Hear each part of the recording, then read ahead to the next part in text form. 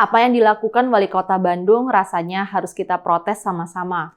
Sang Wali Kota bernama Yana Mulyana pada 28 Agustus baru saja meresmikan gedung dakwah sebuah LSM terlarang, ANAS. ANAS adalah singkatan dari Aliansi Nasional Anti Syiah.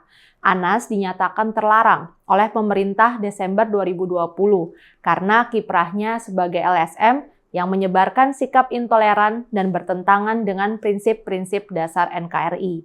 Sebagaimana terbaca dalam namanya, mereka membenci Syiah, kelompok Islam yang secara sah menjadi bagian dari umat Islam di Indonesia.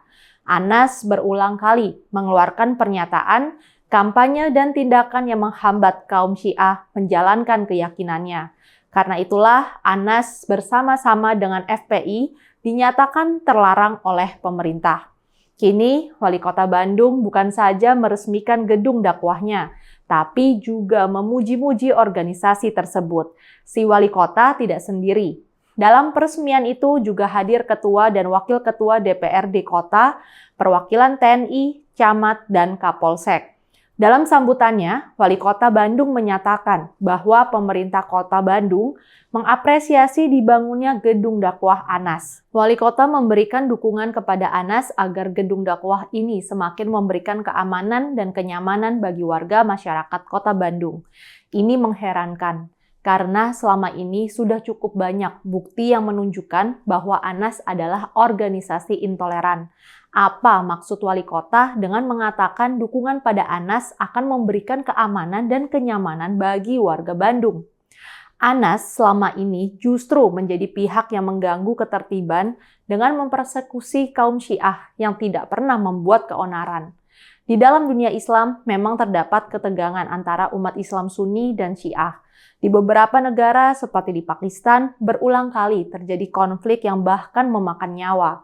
Tapi Organisasi Konferensi Islam atau OKI sendiri menyatakan Syiah adalah bagian dari Islam.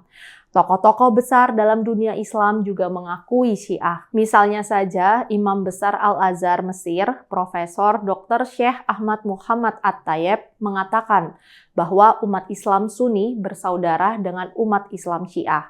Begitu juga dengan Indonesia. Di negara kita, persaudaraan Sunni dan Syiah terus dikembangkan. Apa yang dilakukan Wali Kota Bandung ini bukan saja menampar wibawa pemerintah pusat dengan melecehkan pelarangan ANAS, tapi juga menampar persaudaraan yang dijalin di antara sesama anak bangsa. Peresmian gedung ANAS ini sudah memperoleh banyak kecaman, salah satunya dari Setara Institute. Menurut Setara, apa yang dilakukan oleh Wali Kota Bandung dan aparat pemerintah di Kota Bandung jelas merupakan keberpihakan nyata dan fasilitasi aktif kepada ANAS. Apalagi karena dalam sambutannya, Wali Kota membingkai kaum Syiah sebagai seolah-olah kelompok masyarakat yang tidak diakui negara. Dukungan Wali Kota kepada ANAS jelas-jelas meminggirkan hak kelompok Syiah yang selama ini sudah menjadi korban intoleransi.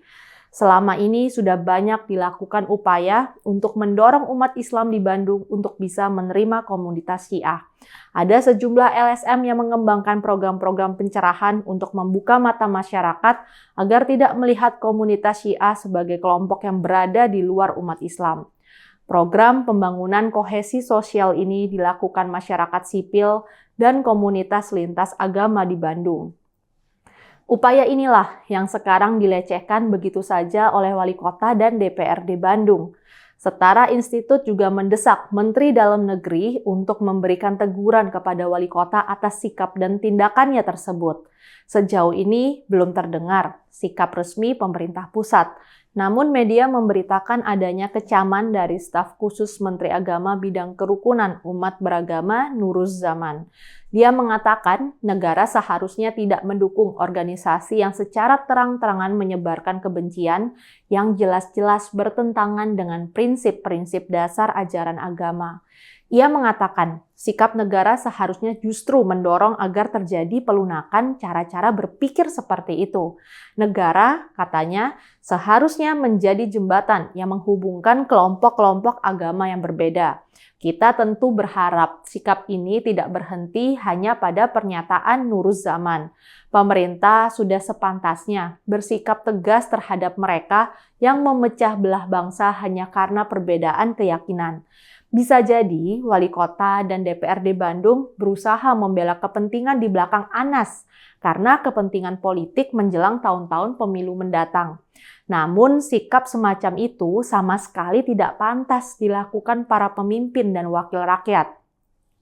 Wali kota dan DPRD Bandung seharusnya tidak mengorbankan kelompok masyarakat minoritas hanya karena ingin memperoleh dukungan politik. Kebebasan berkeyakinan harus terus diperjuangkan di Indonesia. Saya Rizka Putri, undur diri.